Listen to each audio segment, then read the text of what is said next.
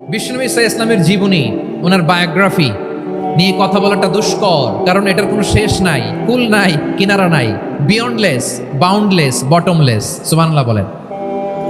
কারণ তিনি তো এমন নবী যিনি হ্যাঁ বললে এটা শরীয়তে হালাল হয়ে যায়। নবীর মুখ দিয়ে যদি বের হয় হ্যাঁ, নাম, ইয়েস, তাহলে এটা হালাল। ঠিক কিনা বলেন? এ নবীর মুখ দিয়ে যদি না বের হয় যে না, নো, তাহলে এটা শরীয়তে হারাম হয়ে যায়।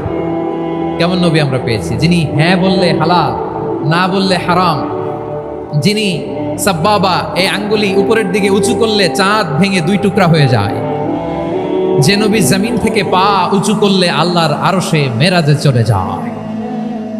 এমন নবীর উম্মত আমরা হয়েছি। যে নবীকে বাদ দিলে কোরআন বোঝা যায় না, কারণ এ নবীর উপরই কোরআন নাজিল করেছে কে?